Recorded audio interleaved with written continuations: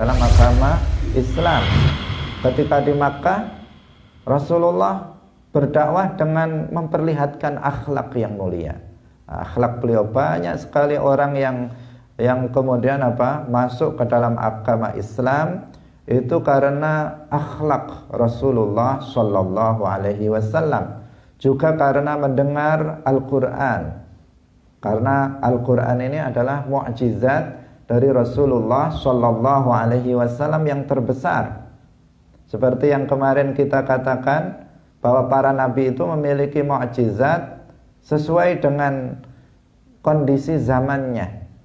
Pada masa Rasulullah Shallallahu Alaihi Wasallam diutus menjadi seorang nabi, ketika itu sastra Arab berada pada puncaknya.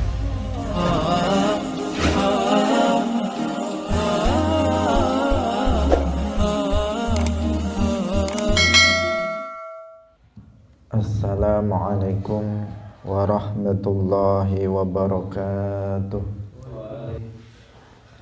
Abda'u bismillahirrahmani wa birrahimi daimil ihsani falhamdulillahil qadimil awwali wal akhiril baqi bila tahawuli summa salatu wassalamu sarmada ala nabi khairi man qad wahada wa alihi wa sahbihi wa man tabi' sabila dinil haqqi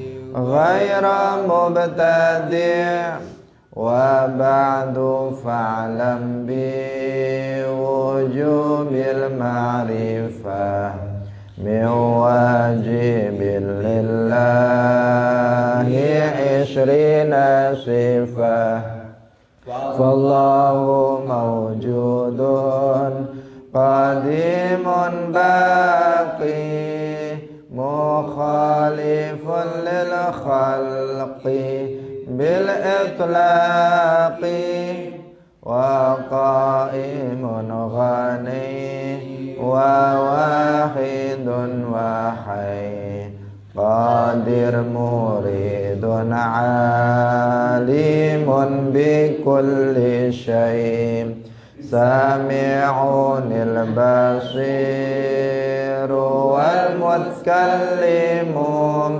lahu sifatun sab'atun tantazimu fa qudratun iradatun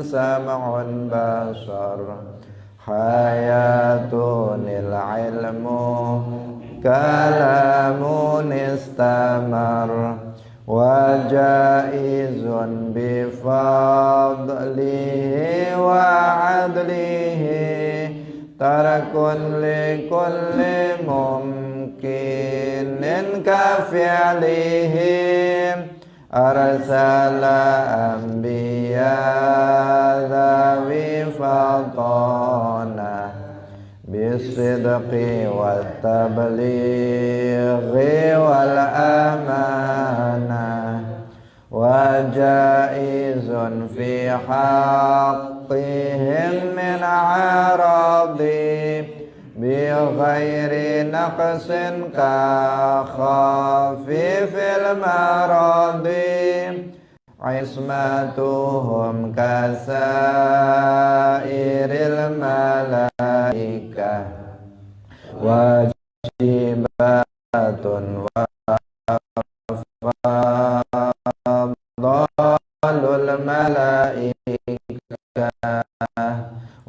wal mustahilu biddu kulli wajibi fahri khamsina bi hukmin wajibi tafsilu khamsatin wa وعشرين لازم كل مكلف فحقق وغنم هم آدم إدريس نوح هود صالح وإبراهيم كل متبع لوط وإسماعيل إسحاق كذا يعقوب يوسف وأيوب اهتدى شعيب هارون وموسى واليسع ذو الكفل داود سليمان اتبع إلياس يونس زكريا يحيى عيسى وطه خاتم تغيا عليهم الصلاة والسلام وآلهم ما دامت الأيام. Hadirin hadirat kaum muslimin muslimat, pemirsa Madu TV rahimakumullah. Alhamdulillah, puji syukur kita sampaikan kepada Allah Subhanahu wa taala. Pada pagi hari ini Allah Subhanahu wa taala melimpahkan rahmatnya, taufiknya kepada kita semuanya, sehingga kita bisa bersama-sama kembali dalam majelis Ilmuddin. Semoga Allah Subhanahu wa taala menetapkan taufiknya kepada kita sehingga kita dapat melakukan berbagai amal ketaatan yang sebanyak-banyaknya sehingga menyempurnakan keimanan kita. Amin ya rabbal alamin. Salawat dan salam semoga tetap terlimpahkan kepada Nabi Muhammad sallallahu alaihi wasallam. Semoga kita semuanya mendapatkan syafaatnya kelak fi yaumil qiyamah. Hadirin hadirat rahimakumullah. Pada pagi hari ini kita sampai pada Nabi yang terakhir, penutup dari seluruh para Nabi dan para Rasul, yang beliau adalah afdal al-mursalin, Rasul yang paling mulia, afdalul anbiya wal mursalin. Bahkan beliau adalah afdalul khalqi ajma'in, afdalul khalqi mutlaqan, makhluk yang paling termulia. Tidak ada yang lebih mulia dari beliau. Beliau lebih mulia dari seluruh para nabi lainnya, lebih mulia dari seluruh para malaikat, lebih mulia dari langit, lebih mulia dari arsy, lebih mulia dari Ka'bah, bahkan lebih mulia dari amal soleh yang kita lakukan, lebih mulia dari sholat yang kita lakukan, lebih mulia dari puasa yang kita lakukan, lebih mulia dari semua makhluk secara mutlak. Beliau adalah Nabi yang terakhir, tidak ada Nabi setelah beliau. Beliau mengatakan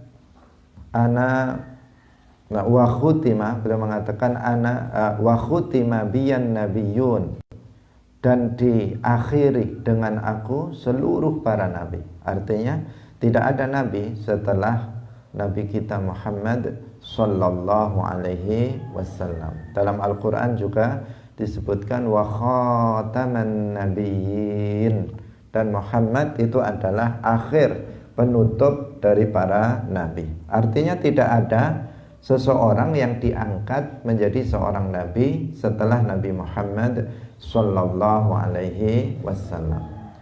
Kalau nabi yang masih hidup ada, seperti Nabi Isa alaihi salam, Nabi Khadir alaihi salam.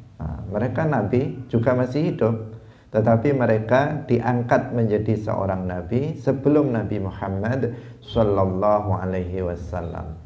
Nabi Muhammad adalah penutup dari para nabi. Tidak ada nabi tidak ada seseorang yang diangkat menjadi nabi setelah nabi kita Muhammad sallallahu alaihi wasallam. Beliau yang terakhir, tetapi beliau adalah yang termulia. Nah, beliau yang termulia. Hadirin hadirat rahimakumullah, nasab dari Nabi kita Muhammad sallallahu alaihi wasallam, sebagaimana berkali-kali kita sampaikan, itu jika diurutkan sampai kepada Nabi Ismail alaihi salam. Jika nabi-nabi Bani Israel itu berasal dari Nabi Ishak, putra Nabi Ibrahim alaihi salam, yang kemudian Nabi Ishak menurunkan Yakub, Israel, kemudian lahir ribuan para nabi dari Bani Israel. Kemudian dari Nabi Ismail bin Ibrahim itu kemudian sampai ke bawah terlahir satu nabi, dan itu yang termulia adalah Nabi kita Muhammad sallallahu alaihi wasallam. Beliau kunyahnya Abul Qasim karena putra beliau yang pertama namanya Qasim, sehingga kunyahnya beliau itu Abul Qasim. Namanya Muhammad bin Abdullah ibn Abdul Muttalib ibn Hashim ibn Abdi Manaf ibn Qusay ibn Kilab ibn Murrah ibn Ka'ab ibn Lu'ay ibn Ghalib ibn Fihr ibn Malik ibn Nadhr an-Nadhr ibn Kinanah ibn Khuzaimah ibn Mudrika ibn Ilyas ibn Mudhar ibn Nizar ibn Ma'ad ibn Adnan. Sampai di sini nasab beliau itu disepakati, muttafaq alaih, disepakati oleh seluruh para ulama. Sementara setelah Adnan ini ada khilaf di antara para ulama tentang nasab beliau, tetapi semuanya sepakat sampai kepada Nabi Ismail alaihissalam ibn Ibrahim alaihissalam. Inilah nasab dari Rasulullah sallallahu alaihi wasallam. Sementara beliau berasal dari suku Quraisy. Quraisy itu siapa? Menurut sebagian ulama, Quraisy itu adalah Ibnu Fihr ibn Malik. Menurut sebagian yang lain, para ulama yang lain, Quraisy itu adalah An-Nadhr ibn Kinanah yang kita sebutkan dalam nasab beliau tadi. Sehingga dikatakan beliau adalah Quraisyiyun, artinya berasal dari suku Quraisy. Sedangkan dari jalur ibu beliau, ibu beliau adalah Aminah. Aminatu bintu Wahab ibn Abdi Manaf ibn Zuhrah ibn Kilab ibn Murrah ibn Ka'ab ibn Lu'ay ibn Ghalib. Berarti di sini bersambung juga sanadnya ke atas, yaitu dengan nasab dari bapak kepada Kilab ibn Murrah ibn Ka'ab ibn Lu'ay ibn Ghalib. Terus menyatu, kemudian sambung, kemudian sampai kepada Nabi Ismail alaihissalam. Hadirin hadirat rahimakumullah, Nabi kita Nabi Muhammad sallallahu alaihi wasallam telah kita sampaikan tadi, beliau adalah yang termulia dari seluruh para nabi. Beliau adalah penutup yang apabila nabi-nabi sebelum Nabi Muhammad itu diutus untuk kaumnya, Nabi kita Muhammad diutus untuk seluruh manusia, bahkan juga kepada seluruh jin. Beliau bersabda, kana nabiyyu yub'atsu ila qaumihi wa bu'itsu ilan nasi kafatan. Dahulu seorang nabi itu diutus untuk berdakwah kepada kaumnya, tidak untuk seluruh manusia, untuk kaumnya saja. Tetapi bukan berarti bahwa mereka kalau ketemu dengan selain kaumnya kemudian nggak berdakwah. Mereka diutus untuk kaumnya, tetapi apabila mereka ketemu dengan selain kaumnya, orang yang bukan kaumnya, para nabi juga mendakwai mereka, tetapi mereka itu diutus untuk kaum mereka. Sehingga dalam satu masa itu bisa ada beberapa nabi. Karena yang satu diutus kepada kaum ini, yang satu diutus kepada kaum ini, yang satu diutus kepada kaum sana. Sehingga dalam satu zaman itu bisa ada beberapa nabi. Seperti yang sudah kita jelaskan kisahnya beberapa waktu yang lalu. Karena para nabi itu tidak semuanya tidak semuanya disebutkan kisahnya di dalam Al-Quran. Sangat banyak. Di antaranya ada nabi-nabi yang kemarin misalnya dengan Nabi Musa ada Nabi Harun, kemudian ada Nabi Yusha bin Nun, dan ada juga nabi namanya Nabi Daniel, itu ada. Kemudian kemarin ada Nabi Samuel. Itu para nabi, nama-nama para nabi yang tidak disebutkan dalam Al-Quran, yang sebagian mereka hidup dalam satu masa dengan nabi-nabi yang diceritakan kisahnya di dalam Al-Quran. Hadirin hadirat kaum muslimin rahimakumullah. Jadi nabi dahulu diutus kepada umatnya, sementara Nabi Muhammad sallallahu alaihi wasallam diutus untuk semua manusia dan juga kepada semua jin. Beliau nabi akhir zaman yang yang diutus untuk semuanya, bukan hanya untuk bangsa Arab saja, bukan untuk suku Quraisy saja atau bangsa Arab saja, tetapi juga diutus untuk bangsa-bangsa yang lain non Arab yang disebut dengan Ajam. Beliau nabinya orang Arab, juga nabinya orang Ajam. Bahkan juga nabinya yang diutus kepada seluruh jin. Sehingga jin ini ada yang mereka masuk Islam, ada sebagian mereka yang tetap dalam kekufuran, meskipun kebanyakan mereka itu tetap dalam kekufuran. Tapi ada di antara mereka yang masuk ke dalam agama Islam. Hadirin hadirat rahimakumullah, berbicara tentang Sayyidina wa Maulana Muhammad sallallahu alaihi wasallam, tentu kita akan memerlukan waktu yang panjang. Seperti yang kita sampaikan kemarin, kita akan cuplik beberapa hal yang penting, ya semuanya penting sebenarnya, tetapi hal-hal sejarah Nabi yang besar-besar yang akan kita sampaikan pada hari ini. Yang pertama adalah tentang kelahiran Rasulullah Shallallahu Alaihi Wasallam. Yang wajib untuk kita ketahui bahwa Rasulullah itu dilahirkan di Makkah. Nah, beliau lahir di Makkah. Kemudian beliau juga diangkat menjadi seorang nabi. Artinya pertama kali beliau menerima wahyu, diangkat menjadi seorang nabi, itu juga ketika beliau berada di Makkah. Beliau di Makkah, di gua namanya Gua Hira. Maksudnya di Makkah di sini adalah ketika beliau tinggal di Makkah. Karena Gua Hira yang berada di Gunung Thaur ini adalah sebenarnya sudah berada di luar batas dari kota Makkah. Tetapi ketika itu kan beliau tinggal di Makkah. Beliau tinggal bersama istrinya Khadijah.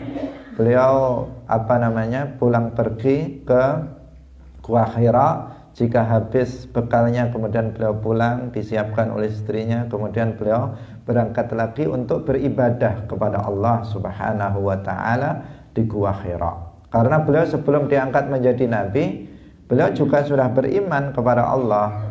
Beliau mengenal Allah Subhanahu wa taala dan beliau beribadah kepada Allah Subhanahu wa taala di Gua Hira. Nah, sampai kemudian Jibril diutus oleh Allah untuk menurunkan wahyu yang pertama kepada beliau.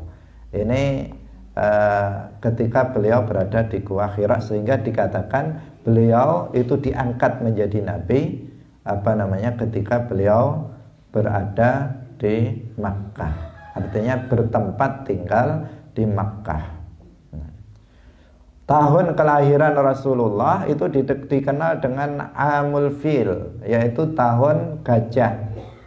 Karena ketika itu sangat masyhur ini, ketika itu pada tahun yang sama sebelum kelahiran Rasulullah Shallallahu Alaihi Wasallam, datang Abrahah dari raja kafir dari Yaman yang ingin menghancurkan Ka'bah. Tetapi pada akhirnya apa? Mereka dihancurkan, diazab oleh Allah Subhanahu wa taala. Dengan Allah mengirimkan sekumpulan burung yang sangat banyak yang kemudian menjatuhkan batu-batu yang kemudian bisa matikan sekian tentara Abrahah yang bergajah itu. Itu disebutkan di dalam Al-Quran. Orang menyebutnya burung ababil, padahal ababil itu bukan burung, bukan nama burung, tapi karena sudah salah kaprah kayak kemarin, sering kita menyebutnya burung ababil, padahal ababil itu ya bahasa Arab artinya burung, yang kumpulan burung yang sangat banyak. Itu yang datang ketika itu diutus oleh Allah untuk menjatuhkan batu kepada orang yang sudah sudah ditentukan masing-masing, dan seluruhnya kemudian binasa. Itu pada tahun yang sama itulah Rasulullah Shallallahu Alaihi Wasallam dilahirkan. Hadirin hadirat rahimakumullah.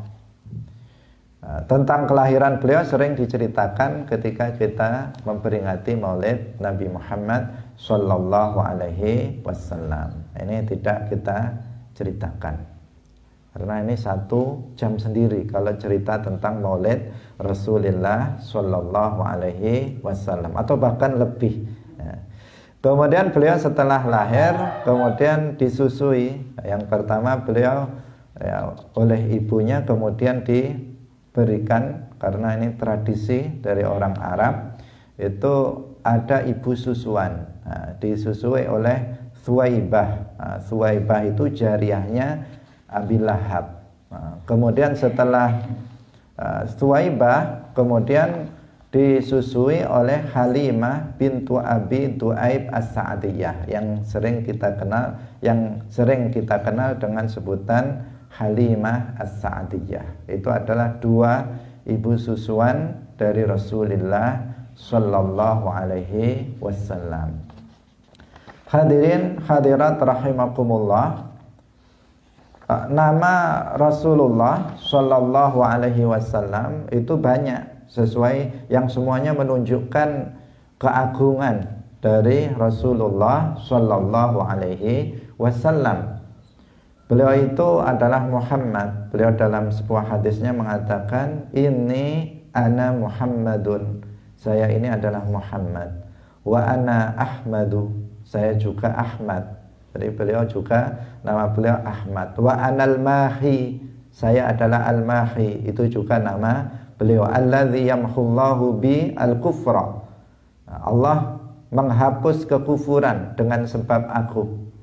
Dengan lahirnya Rasulullah dan diutusnya Rasulullah Sallallahu Alaihi Wasallam, maka Allah Subhanahu Wa Taala menghapuskan kekufuran. "Wa anal hasyiru alladzi ahsyurun nasa."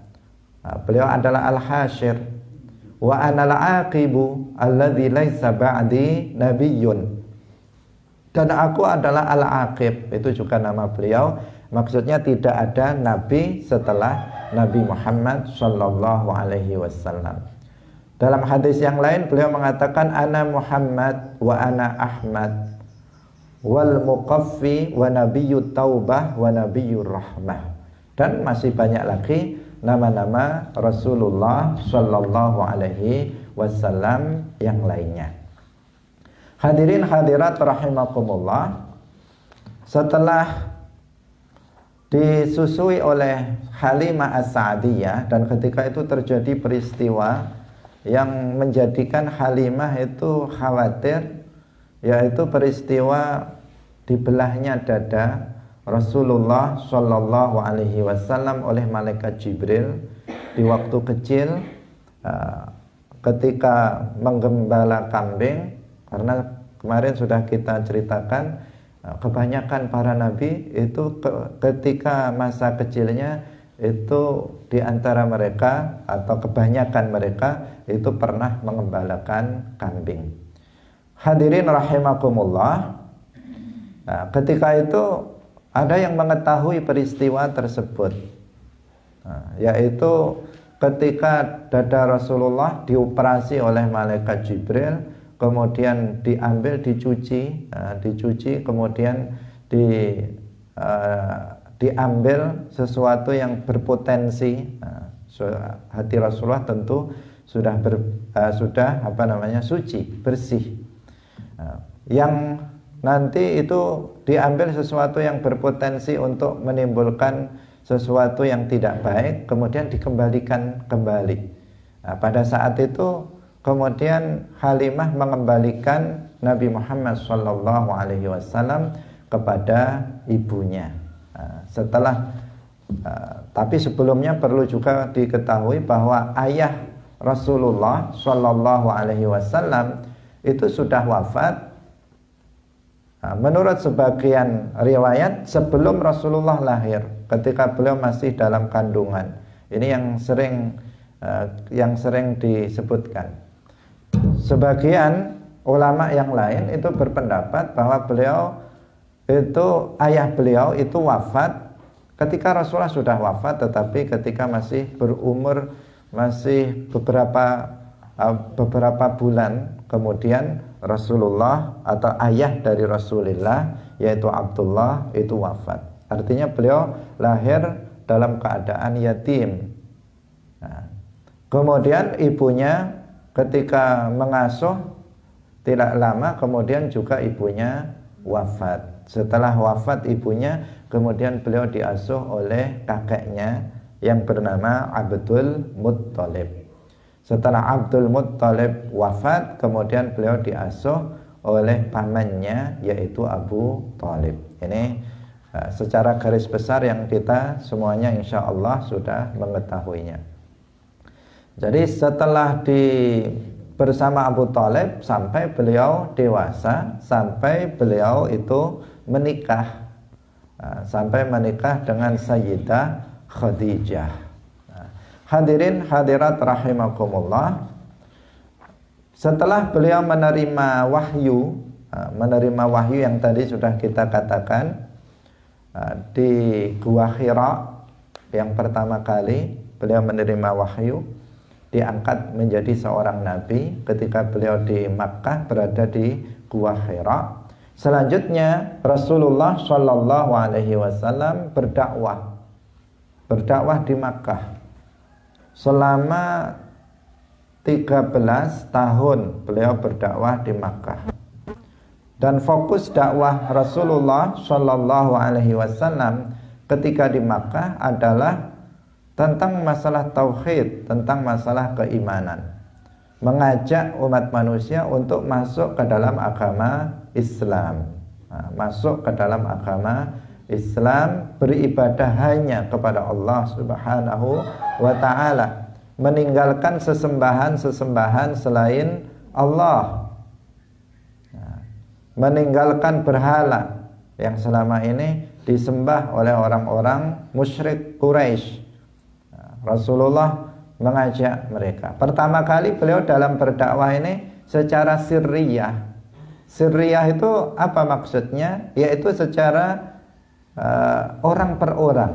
Sirriyah itu bukan berarti sembunyi-sembunyi karena takut. Ini yang perlu untuk diluruskan. Jadi sirriyah itu artinya berdakwah secara individu per individu, orang per orang. Jadi Rasulullah mendatangi satu orang, diajak untuk masuk ke dalam agama Islam, kemudian datang ke satu orang lagi, itu namanya dakwah sirriyah. Karena ada sebagian orang yang memahami secara keliru bahwa dakwah sirriyah artinya dakwah yang dilakukan secara sembunyi-sembunyi karena Nabi masih takut dalam berdakwah. Tidak, Rasulullah SAW itu adalah asja'u khalqillah, makhluk Allah yang paling pemberani. Tetapi dakwah sirriyah itu artinya dakwah yang dilakukan oleh Rasulullah secara individual, secara door to door, dari satu orang ke orang lain. Nah, ini namanya dakwah sirriyah. Nah, sedangkan dakwah jahriyah itu adalah dakwah secara berkelompok. Nah, ketika itu Rasulullah Shallallahu Alaihi Wasallam memulainya dengan apa? Memulainya dengan mengumpulkan keluarganya, dipanggil keluarganya, diundang oleh Rasulullah Shallallahu Alaihi Wasallam. Kemudian Rasulullah itu berceramah kepada mereka, mengajak mereka untuk masuk ke dalam agama Islam dari kalangan keluarganya, dipanggil. Tetapi kemudian ada dalam kisah yang terkenal Abu Lahab, laknatullah alaih. Abu Lahab ini kemudian apa? Mencela Rasulullah, mengatakan tabban laka ya Muhammad, celaka engkau wahai Rasulullah, apakah kamu ngundang kami ke sini hanya untuk itu? Ini Abu Lahab, sehingga kemudian turun surat Al-Lahab, tabbat yada abi lahabi wa tab, itu apa? Itu dan satu surat bersama istrinya, karena istrinya juga membantu Abu Lahab menghalang-halangi dakwah Rasulullah Shallallahu Alaihi Wasallam. Maka surat Al-Lahab di sini isinya adalah mencela Abu Lahab dan istrinya, sehingga dipastikan bahwa Abu Lahab dan istrinya itu akan celaka nanti di akhirat, akan akan abadi di dalam neraka. Nah, dan tidak akan diringankan azabnya oleh Allah Subhanahu wa taala, karena orang di dalam Al-Qur'an dijelaskan bahwa azab orang kafir di neraka itu adalah la yukhaffafu, tidak akan diringankan, tidak akan diringankan oleh Allah Subhanahu wa taala. Karena itu tidak benar jika dikatakan bahwa azab dari Abu Lahab itu diringankan. Hadirin hadirat rahimakumullah. Sehingga kemudian ketika beliau dakwah di Makkah, itu banyak juga orang-orang yang masuk ke dalam agama Islam, tetapi kebanyakan mereka adalah para hamba sahaya, budak-budak itu yang paling banyak. Sementara pemuka-pemuka Quraisy itu banyak yang tidak mau masuk ke dalam agama Islam. Tetapi juga ada di antara mereka seperti yang pertama kali masuk Islam dari kalangan kaum perempuan adalah istri beliau, Sayyidah Khadijah radhiyallahu anha. Dari kalangan laki-laki dewasa itu adalah Abu Bakar As-Siddiq radhiyallahu anhu, itu yang pertama masuk ke dalam agama Islam. Dari kalangan anak-anak seperti yaitu Ali bin Abi Thalib radhiyallahu anhu. Sehingga semakin berkembang dakwah Rasulullah Shallallahu Alaihi Wasallam. Tetapi orang kafir Quraisy, orang musyrik Quraisy itu terus mereka melancarkan melancarkan serangan-serangan, teror-teror kepada Rasulullah dan para sahabatnya. Bahkan dari kalangan budak itu disiksa oleh tuannya yang masih kafir, disiksa oleh tuannya untuk meninggalkan agama Islam, seperti yang terkenal dengan kisah siapa? Bilal bin Rabah, disiksa oleh tuannya sampai kemudian Abu Bakar As-Siddiq radhiyallahu anhu menyelamatkannya, membelinya, kemudian dibebaskan, yaitu Bilal bin Rabah, muadzin Rasulullah Shallallahu Alaihi Wasallam, tukang azannya Rasulullah Shallallahu Alaihi Wasallam. Seperti juga yang terjadi pada keluarga Ammar bin Yasir. Bagaimana ibunya Sumayyah dibunuh oleh tuannya sendiri karena mempertahankan keimanan, keislaman. Kemudian ayahnya Yasir juga dibunuh di hadapan Ammar bin Yasir. Kemudian Ammar juga, tetapi beliau tidak sampai dibunuh karena ketika beliau dipaksa dan akan dibunuh jika dia tidak mengucapkan kata kufur, kemudian beliau mengucapkan kata-kata kufur tetapi hatinya tetap dalam keimanan. Dipaksa akan dibunuh dan tuannya itu memang betul-betul akan membunuhnya jika beliau tidak mengucapkan kata-kata kufur, dan itu sudah terbukti pada ibunya dibunuh duluan, ayahnya dibunuh duluan. Kemudian Ammar pun mengucapkan kata kufur dengan hatinya tetap dalam keimanan, dan dia tidak menjadi kufur dengan sebab itu. Dan itu disampaikan kepada Rasulullah. Bahkan Rasulullah kemudian bertanya kepadanya, apakah ketika kamu mengucapkan itu hatimu tetap dalam keimanan? Ammar kemudian menjawab iya. Maka Rasulullah kemudian mengatakan jika dia melakukan hal yang sama, mengulangi hal yang sama, maka beliau boleh untuk mengulanginya. Dengan syarat apa? Hatinya harus tetap dalam keimanan. Pertama, dipaksa untuk dibunuh. Dia sendiri yang dipaksa untuk dibunuh, bukan keluarganya, tetapi dia sendiri jika tidak kufur. Yang kedua, hatinya harus tetap dalam keimanan.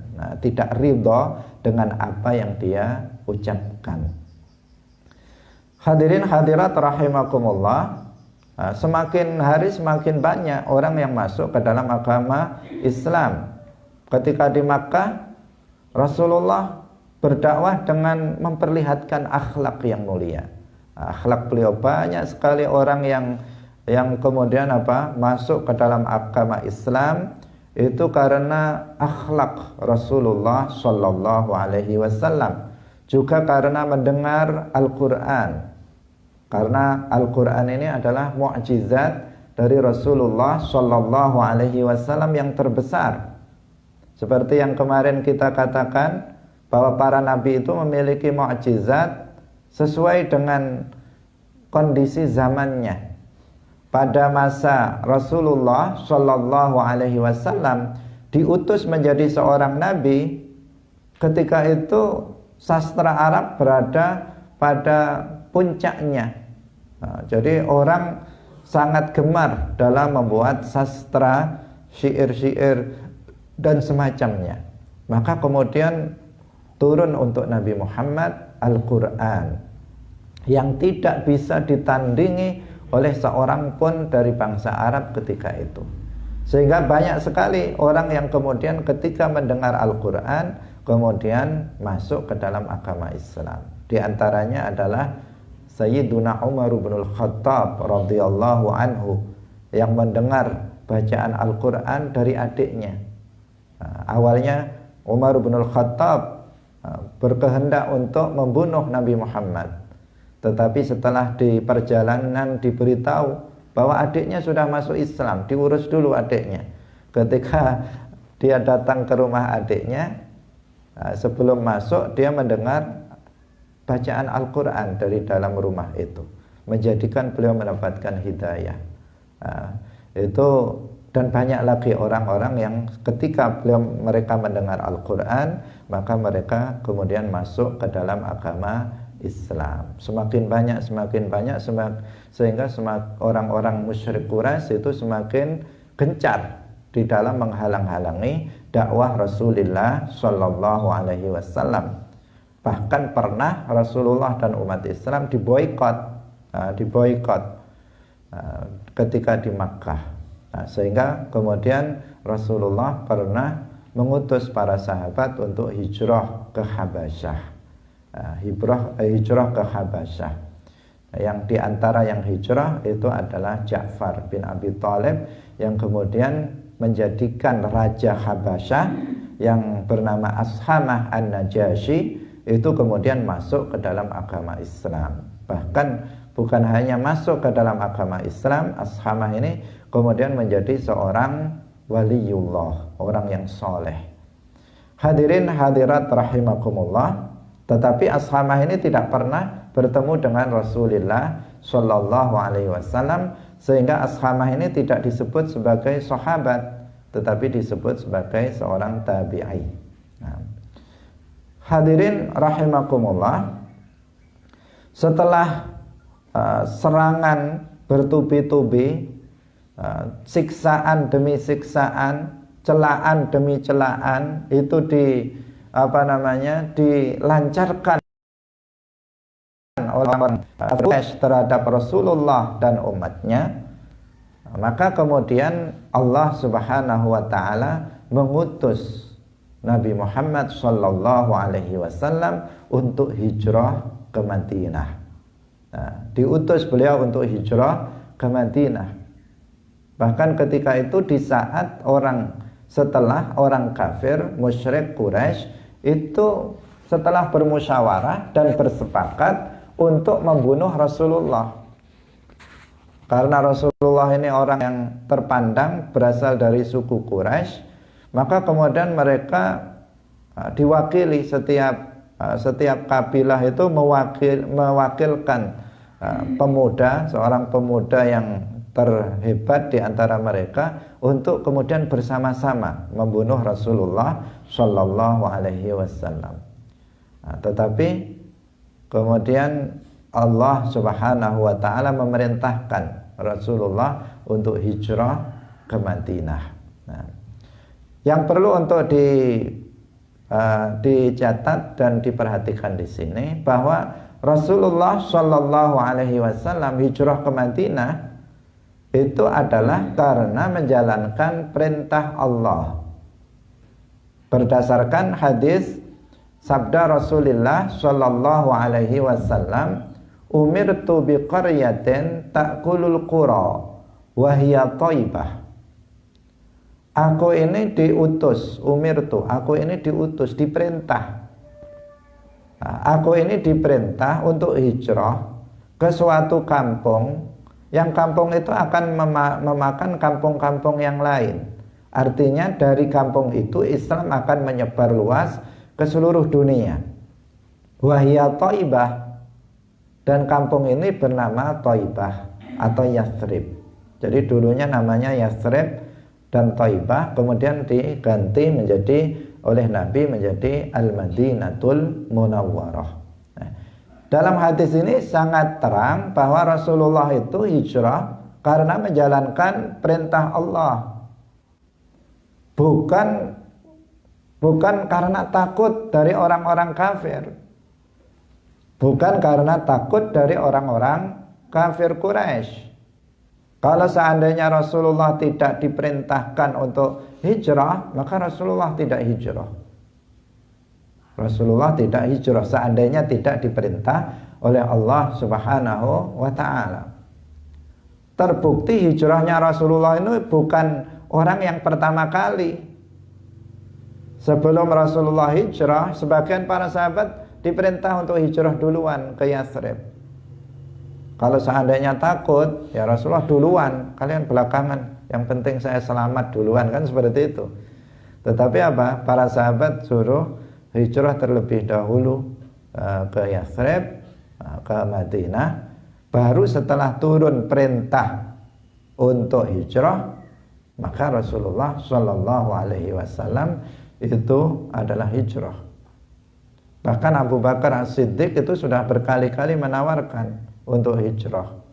Bahkan Abu Bakar juga mau hijrah duluan, tetapi Rasulullah mengatakan untuk kamu jangan. Artinya Abu Bakar dilarang untuk hijrah duluan. Kenapa? Ternyata beliau kemudian dijadikan sebagai teman oleh Rasulullah dalam hijrah beliau ke Madinah, menunggu perintah Allah Subhanahu wa ta'ala. Dan Rasulullah ini seperti yang tadi kita katakan, kana asja'a khalqillah. Rasulullah itu adalah makhluk Allah yang paling pemberani. Rasulullah diberikan kekuatan setara 40 laki-laki Arab.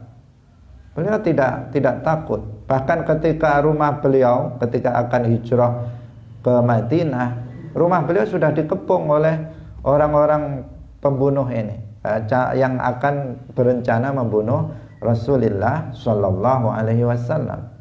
Tetapi beliau membaca awal surat Yasin, kemudian mereka bisa tertidur dan tidak bisa melihat keluarnya Rasulullah Shallallahu Alaihi Wasallam. Artinya apa? Rasulullah tidak takut dengan mereka. Tetapi karena Allah Subhanahu wa Ta'ala memerintahkan Rasulullah untuk hijrah, maka Rasulullah pun hijrah.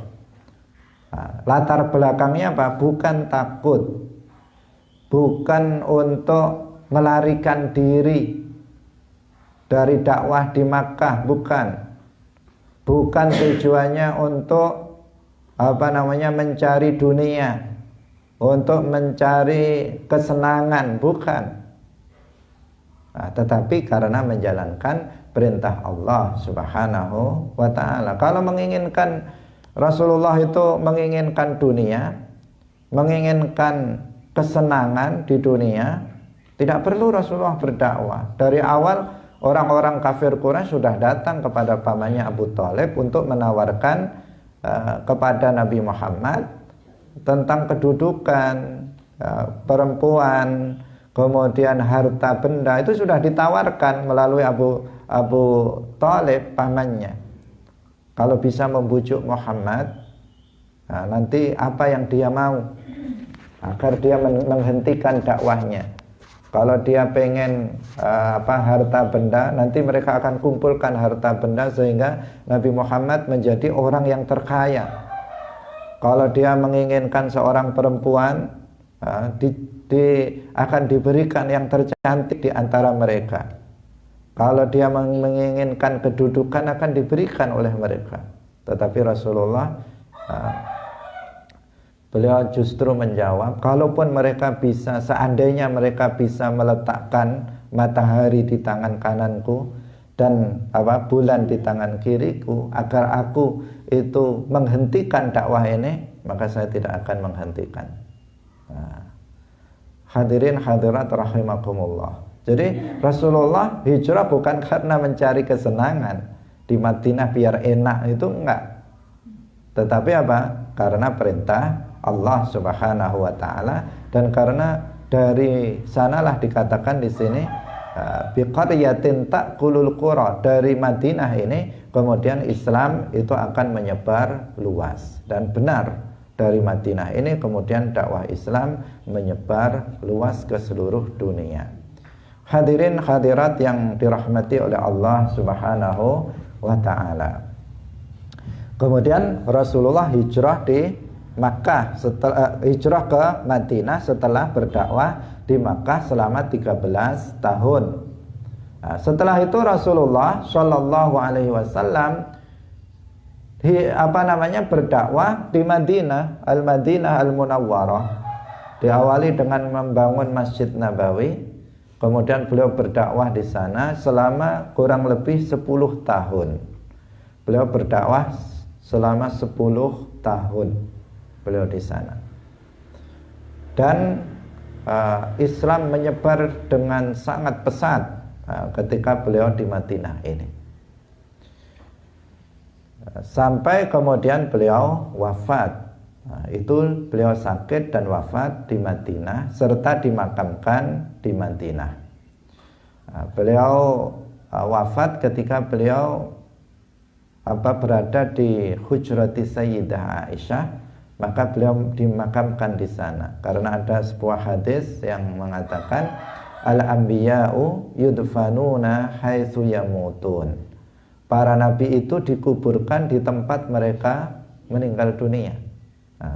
Rasulullah ketika beliau sakit berpamitan kepada istri-istrinya yang lain agar beliau itu berada di rumah Sayyidah Aisyah dekat Masjid Nabawi, sehingga ketika beliau wafat di situ, maka beliau dimakamkan di situ. Dan ketika Masjid Nabawi itu dilakukan pelebaran, maka kemudian makam Rasulullah Shallallahu Alaihi Wasallam itu menjadi berada di dalam Masjid Nabawi. Sampai sekarang makam Rasulullah itu berada di dalam Masjid Nabawi.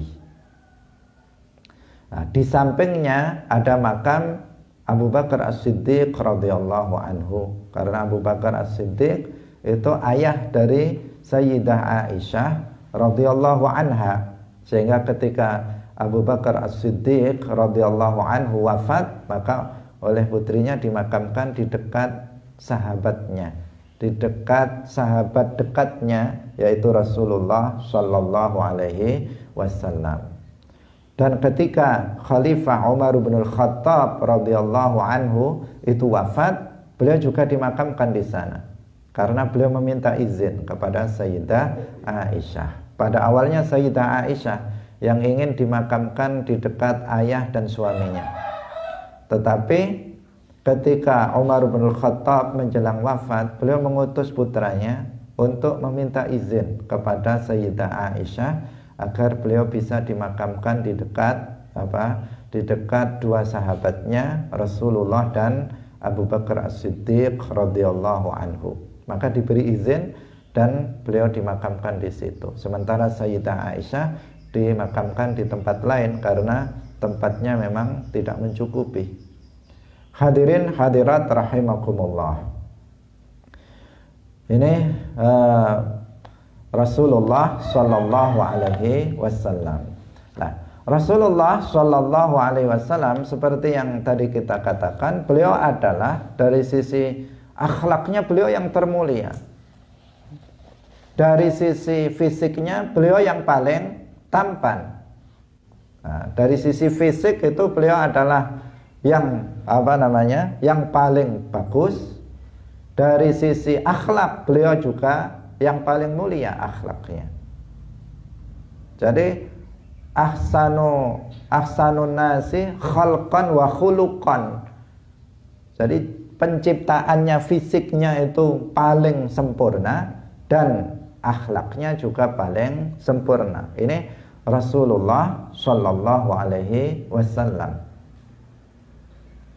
Tidak ada yang lebih tampan dari Rasulullah Shallallahu Alaihi Wasallam. Beliau bersabda, "Ma ba'atsallahu nabiyyan illa hasanal wajhi hasanas sauti." Allah tidak mengutus seorang nabi kecuali dia itu orang yang tampan wajahnya dan merdu suaranya. Wa inna nabiyyakum ahsanuhum wajhan wa ahsanuhum sautan. Dan sesungguhnya nabi kalian, yaitu Nabi Muhammad, itu adalah orang yang paling tampan wajahnya dan yang paling merdu suaranya. Nah, sehingga para sahabat itu dalam mensifati Rasulullah, fisik Rasulullah Shallallahu Alaihi Wasallam itu luar biasa, luar biasa.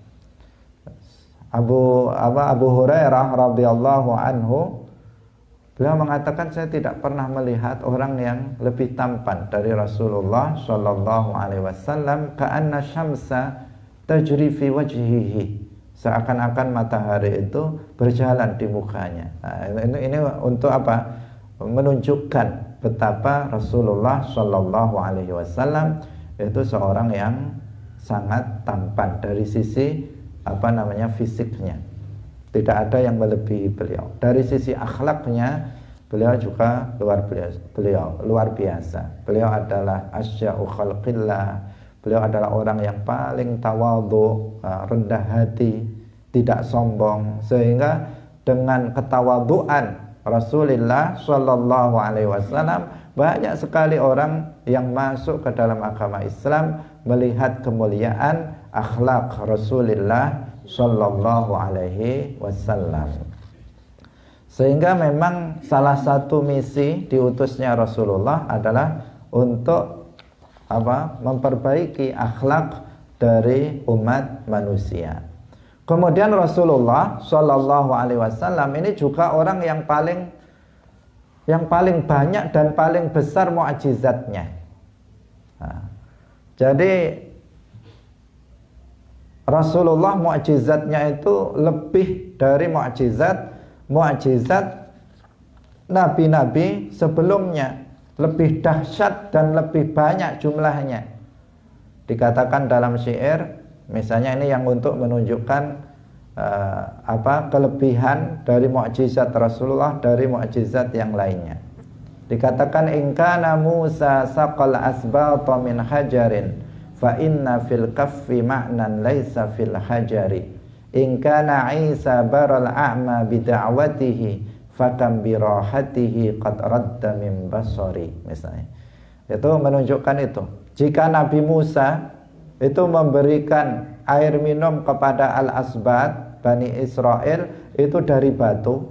Mereka minta, kemarin kita ceritakan, minta air karena kehausan, tongkatnya dipukulkan ke batu, kemudian muncul 12 mata air yang diminum oleh Bani Israel. Kemudian apa?